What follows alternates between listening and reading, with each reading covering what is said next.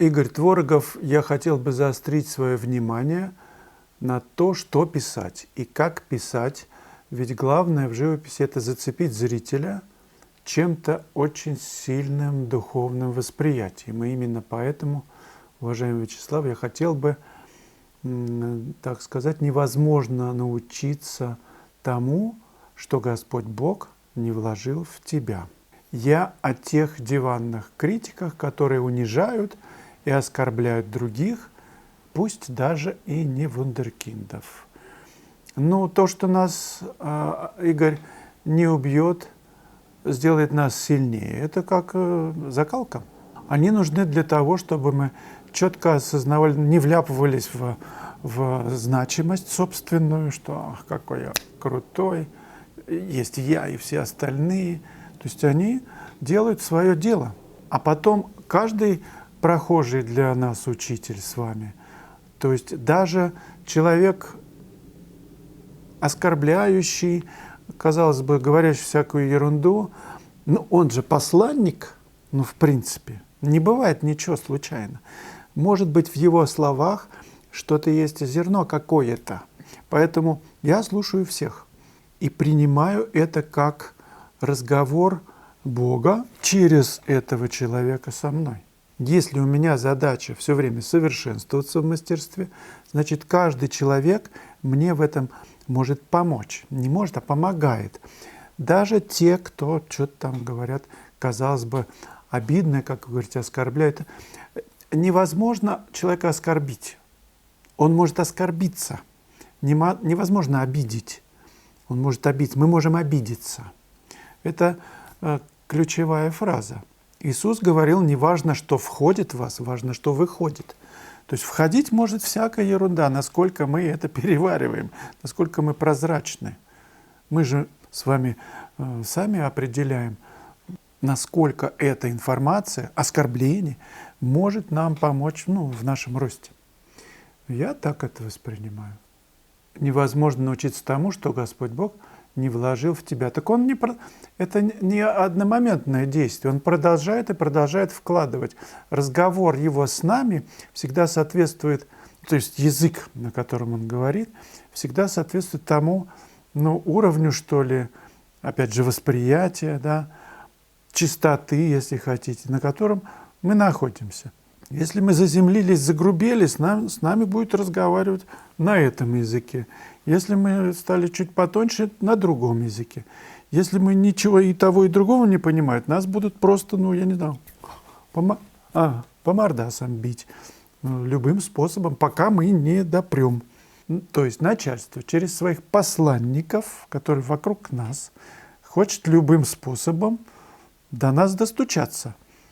Не помогает легким, намекам. Не понимаем мы намек. Нам начинают другим способом носить. Болезни какие-то возникают. Не понимаем этого, другим способом, еще более крепким. Я так воспринимаю наше общение с начальством. У него нет другой возможности с нами общаться, как через тех, кто с нами встречается, события какие-то происходят, книжка падает на странице, открывается. Кто-то сказал там «дурак». Это вот такой разговор. Джокер. На ваш взгляд, старинная архитектура может сочетаться с современной? Думаю, что может. Все может сочетаться со всем. Дом, например, хай-тек, а внутри дома, или наоборот, дом какой-нибудь старинный, а внутри заходишь, я видел такие дома, там вообще идеально просто. Хай-тек, все, всякие машинки, идеальные полы, там, я не знаю, потолки и стены. А снаружи старый какой-нибудь такой полуразваленный домик. Или, например, в хай-теке какие-то столовые приборы древние. А почему нет? Или сумасшедшей красоты девушка одевает какую-то винтажную старинную одежду ради прикола. Или, например, тату вздумает себе разукрасить везде. Румяны, например. Однако же было бы, наверное, странно. Дом хай-тек и дом старинный. Опять хай-тек и опять какой-нибудь древний рококо.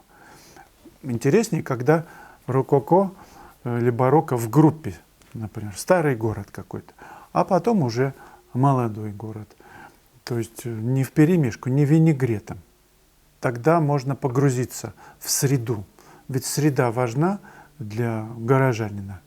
И, кстати, высота домов тоже имеет значение, чтобы человек в каком-нибудь там, я не знаю, Лос-Анджелесе или там Сан-Франциско в даунтауне не чувствовал себя песчинкой, малышкой такой в Нью-Йорке. А вот чем высота ближе к росту человека, 2-3 этажа, 4, но не 100, тем ты органичнее человек чувствует себя в этой среде. Она увязана, высота домов, но с нашим ростом. Она не давит сверху своими небоскребностью. Ну, а по поводу старинной или не старинной, я все-таки, наверное, скорее склонен к тому, чтобы разделять старинные вот в одной комнате, в одном месте в городе, а хай-тек в другом месте. Ну, чтобы хотя бы по комнатам это разделить.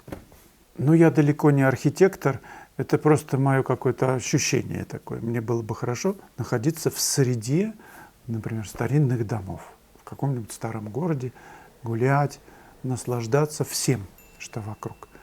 Но не смешивать. Вот я так люблю. Сергей Яценко. Живопись, конечно же, не бухгалтерия. Это поэзия. А поэзию нужно проверять, чтобы была рифма, чтобы не было сбоя в стихотворном размере. А то ведь можно начать ямбом, а закончить каким-нибудь хореем, ритме и так далее. Там. Живопись не терпит вседозволенности. И на простой интуиции, я так вижу или так чувствую, тут не выехать имхо. Ну и мы абсолютно об одном и том же с вами говорим. Я всегда подчеркиваю, что в основе должен быть фундамент. Это крепкий рисунок, ощущение композиции, цвет, теплохолодность, тон. Это как фундамент. Я, может быть, где-то упустил об этом сказать, но я столько уже об этом говорю, что уже всем, наверное, давно понятно, что я имею в виду. И когда поэзия, музыка на этом строится, жестко стоит на фундаменте, то есть фундамент крепкий, а на нем может быть построен любой высоты и красоты здания, любое, если крепкий фундамент. Так и в музыке. Если это гармонично, то ты не можешь нажать какую-то фальшивую ноту, она будет в гармонии находиться. Ну, как и в поэзии, как вы правильно говорите. Мы говорим об одном и том же, я абсолютно с вами согласен. Если я что-то там неправильно сказал, извините, если неправильно был понят. Ирина Конькова. Я любитель. Пробовала писать маслом на холсте, пастелью, на бумаге, акварелью. Мои учителя говорят, что мне надо развиваться в акварели, что я ее чувствую. Это прекрасно. Наверное, действительно надо остановиться на чем-то одном и много работать. Но вы знаете, акварель – это самый сложный материал в живописи. Поэтому я бы очень рекомендовал начать даже не с масла, а с укрывистых водных материалов. Это может быть гуашь, профессиональная, художественная. И мне больше нравится темпера, даже не акрил, вот лучше вот темпера или гуашь. Почему не акварель? Потому что акварель практически невозможно исправить. Это исправления будут заметны. А здесь перекрывай хоть 100 000 раз. Водная краска, профессиональная, это вы почувствуете просто удовольствие. А акварель, это виртуозно нужно владеть, тон нужно чувствовать. Когда ты сразу в лед с одного раза попадаешь в тон. Как только несколько перекрытий в акварели, 2 еще нормально, но когда 3, 4, 5, все, это уже убитая работа, там уже цвета нет. Так что поэтапно все-таки темпера или гуашь, потом масло, а потом уже акварель. Ну вот такой этап предлагаю вам. Но прежде всего рисунок. Кстати, рисунку у меня есть посвящены 3 урока по рисунку, 3 по живописи, темперой, но это связано с моделями, с обнаженными. Почему важно рисовать обнаженные модели?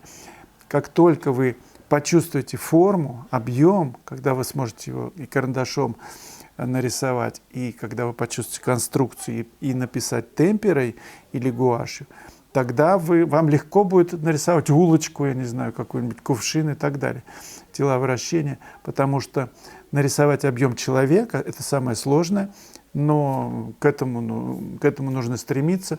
Если вы уже умеете рисовать параллелепипеды, там, треугольнички, шары, то человека, да, это сложно, но достижимо, и путь тогда, дорога будет к тому, чтобы крепкий рисунок был, а потом уже гуашь, темпера, что угодно, натюрморт, может быть, сначала, а потом масло.